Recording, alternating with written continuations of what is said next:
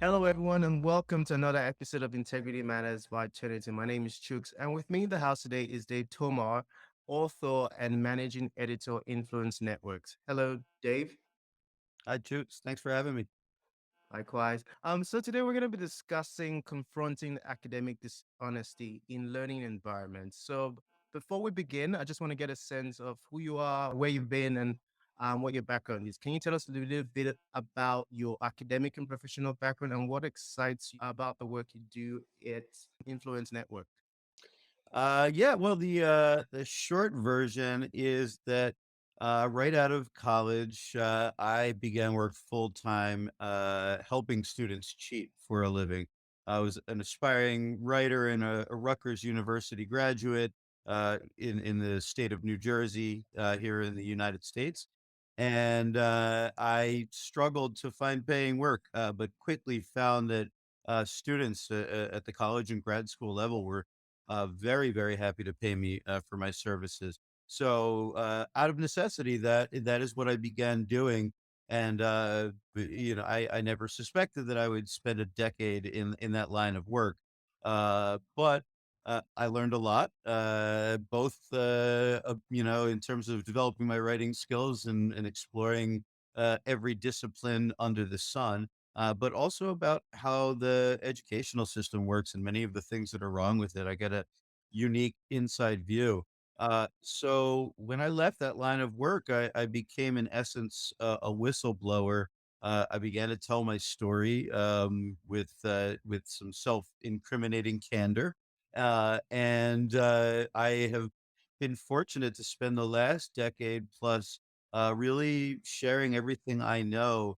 Influence networks, really in particular, has given me a tremendous platform to help students and also hopefully help educators and give them a greater understanding, at least from my perspective, of why students cheat. And so that's really what excites me about the work that I do today is that after being on the wrong side of the educational tracks for so long, I have a shot at redemption, as it were, and a chance to do something good and to help students and educators.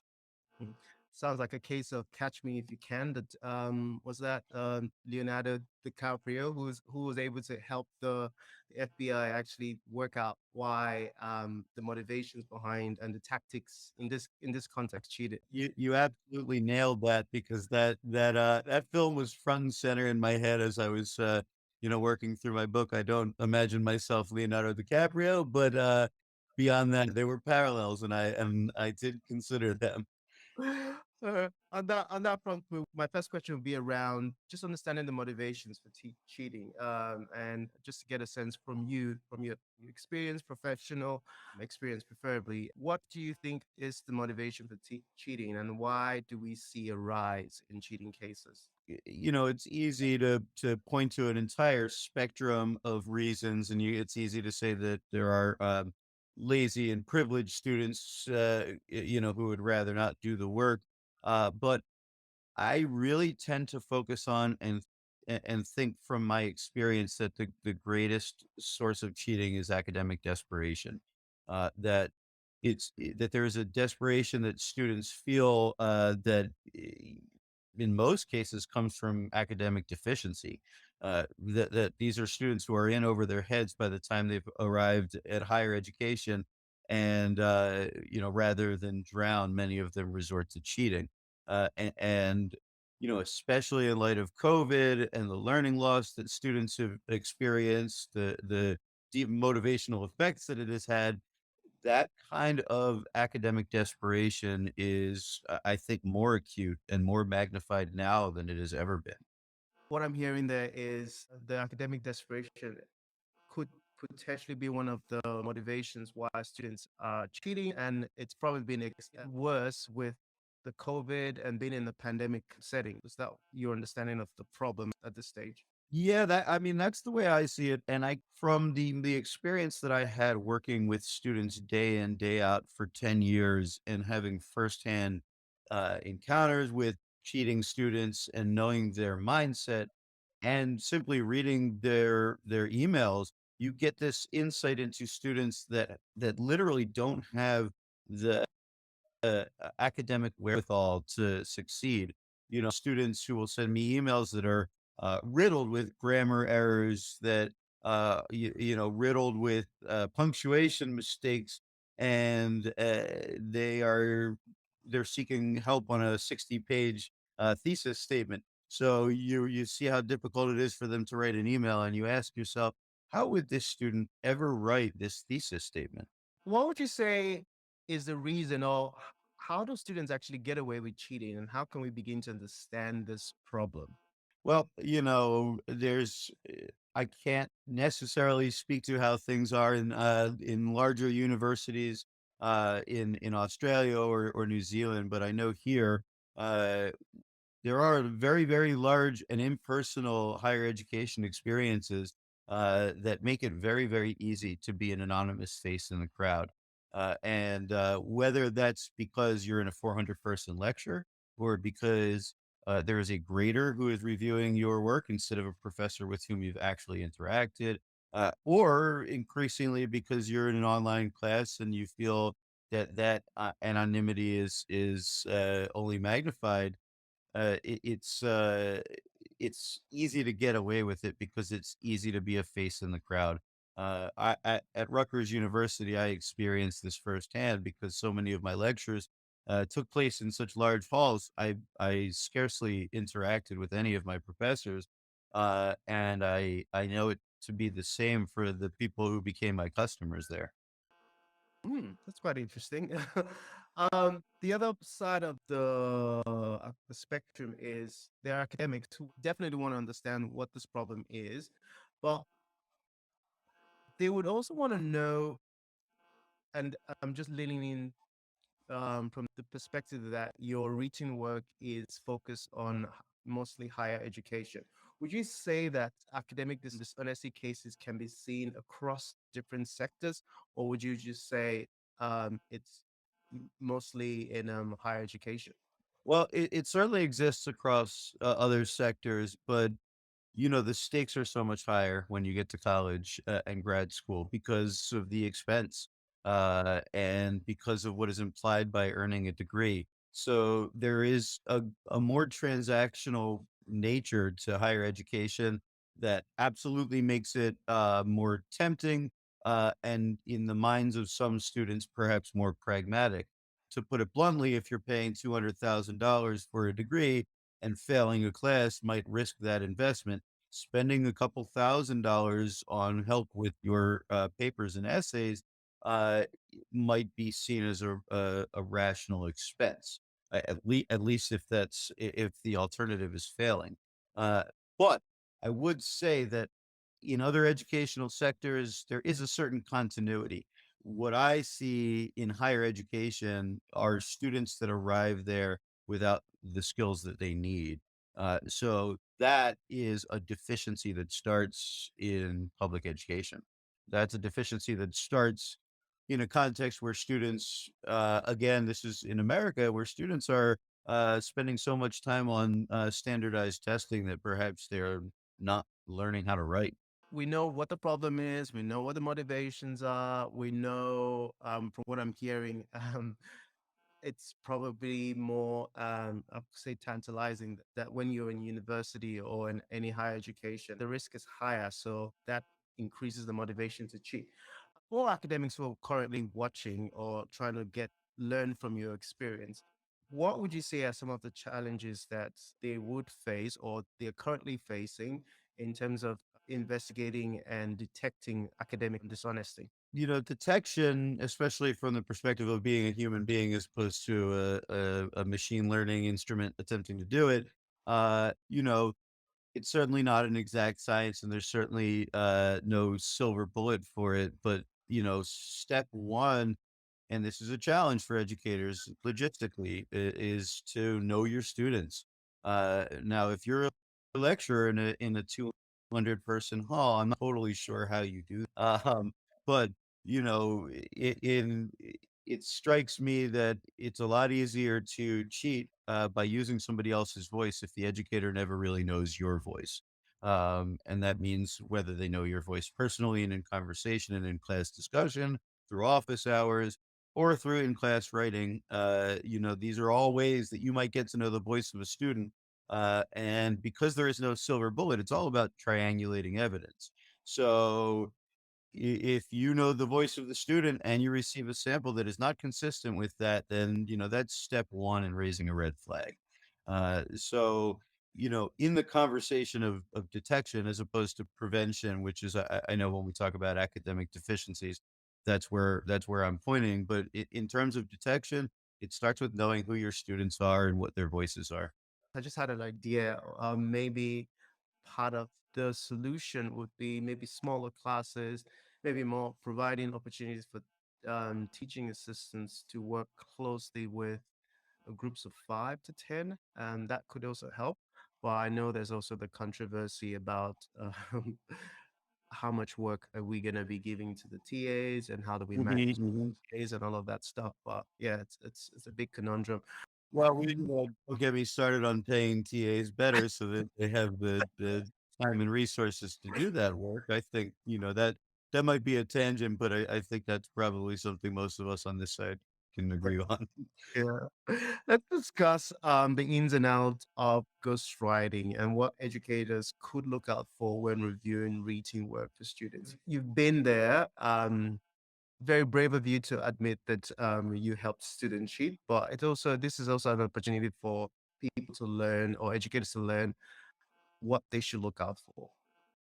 Yeah, well, in lieu of actually getting to know your students and know their voices, one of the best tools is to expect them to acknowledge things that they have learned in the classroom in their written work.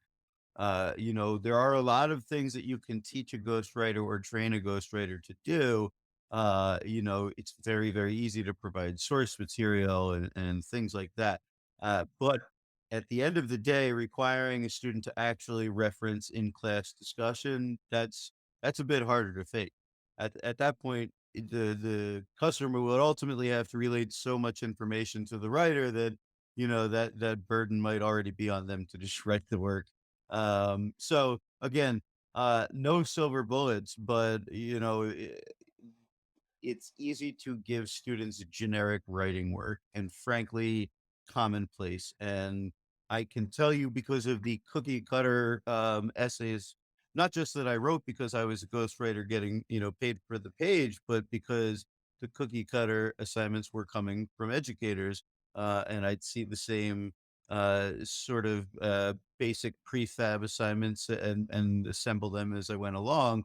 Uh, and as a ghostwriter, you sort of get good at going through the motions with the subjects you're used to dealing with. If you require students to show the insights that they've actually accumulated in class, that might be something different. I'm just going to do a stretch there. What in certain instances where yes, I do understand the needs for students to cite or reference insights they get in class.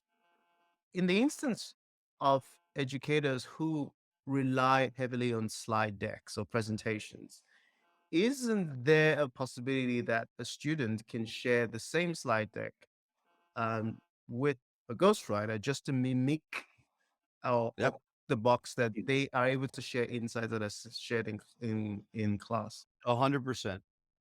Which again is exactly why having that personal interaction with your students is the number one fail safe. Mm. I mean, at the end of the day, you can fake anything, and I can give you all the tips for detecting and identifying. And in my book, I really do get into the weeds in it. But I think all of them sort of rely on this preliminary step, which is greater engagement between educators and students. And look, to your idea of putting students in smaller settings. Yes, it's a logistical. It addresses, I think it's an opportunity to address the even bigger problem here, which is that there are students at the college level who need academic intervention. And if you want to identify the students that need this intervention and actually assist them, getting into these smaller settings can make it a lot more feasible. Mm. Yeah, I actually agree with that. I think even with the smaller settings, you're able to understand how students express themselves, and when you see the difference in their writing. You're able to question, this is not how you sound. This is what you submitted. I think over time, and in instances where an academic or an educator is with a student from the beginning of a course till the graduate, it actually helps them better know the student, because if they've done it in one class, there's still challenges there, because a student can fake it to make it at the end, if you know what I mean. According to your book, one of the things, or my research based on your book, is the early detection during admission essays. Now, then admission essays are very popular in, I would say, from my experience, America and most parts of Africa. The Asia Pacific, maybe Europe, did admission essays may or may not be happening. What are other ways of detecting academic misconduct early in institutions? Well, I think it's less about detecting, and this is why, in fact, I stressed, admission essays. It's really about prevention through writing intervention. One of the reasons I brought up admission essays is because it's just this early opportunity to see what the voice of the student sounds like, and more importantly, to maybe have a diagnostic for what their writing abilities are, so that you can intervene in an academic way. And so, to me, any opportunity that you can create where you can get that writing diagnostic from a student. So, if we're not talking about admission essays, we're talking about students that have already been admitted. And now we have to gain an honest evaluation of what their writing needs are. It sounds like something you wouldn't need to do at the higher education level, but I can tell you from experience, it is a grave need, that the number of students who can't write in both college and graduate school is just so much greater than we imagine. So I see this tremendous opportunity to intervene early on in a student's higher education, assess where they really are in their writing, and then provide ungraded support and assistance. There are graded writing classes in the early levels for students that need writing support, but I can tell you from experience that those classes are fairly flimsy and also tremendous fodder for paying work if you happen to be a custom essay writer. Those are exactly the kinds of classes that students phone in.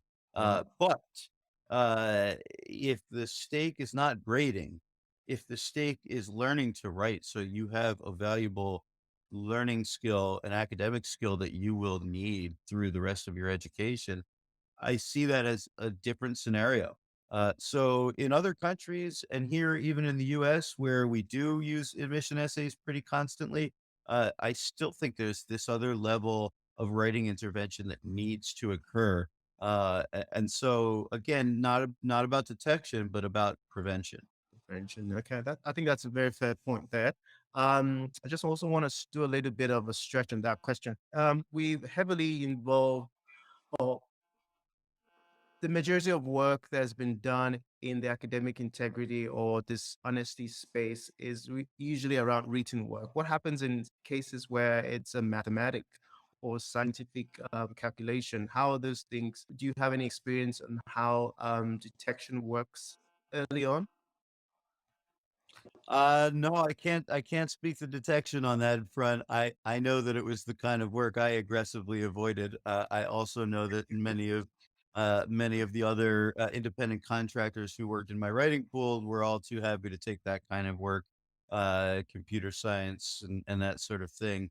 Uh, I would argue that detection is even harder in those contexts, especially those contexts where maybe there's only one right answer.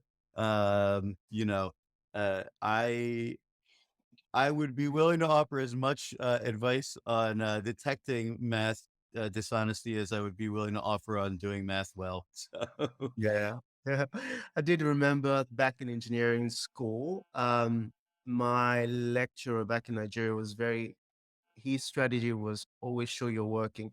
He believed, yes, the answers might be the same, but the strategy to get to the solutions are always different. And yeah, it was very evident. There were days he'll pull me up and say, hey, um, you, this is not the way I taught the class how to get to the solution, but you did get to the solution. What was your thinking behind it? And that was evident even when we do the Viva exams to defend your projects, your Yeah.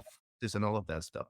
So You I know, think, that's a perfect parallel, because, that idea of showing your work is, to me, it's exactly the same as getting to know your student's voice. all right, while we wrap up today's conversation, in confronting academic dishonesty, most of your focus has been in the classrooms. What are some other strategies to confront these, I'll call it this big, wicked problem in other learning environments, online, hybrid, distance education?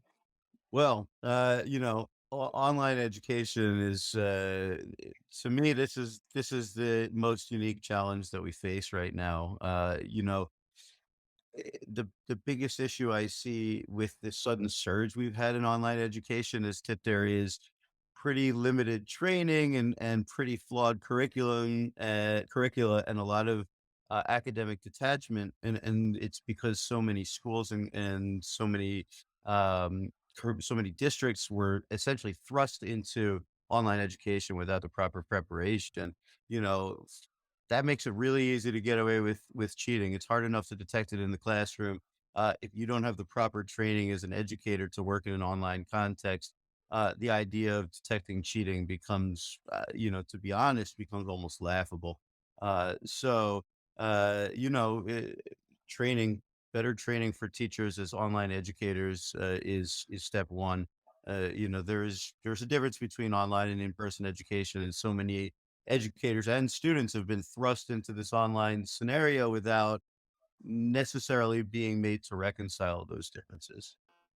All right. I want to say a big thank you to Dave Tomar for his insights in our conversation in confronting academic dishonesty. You've shared your well lived experience. You've been very honest and transparent in what you've experienced, as well as how you're supporting the community to enhance how we do things in this space. Thank you again for your time. Thank you, George. Appreciate it.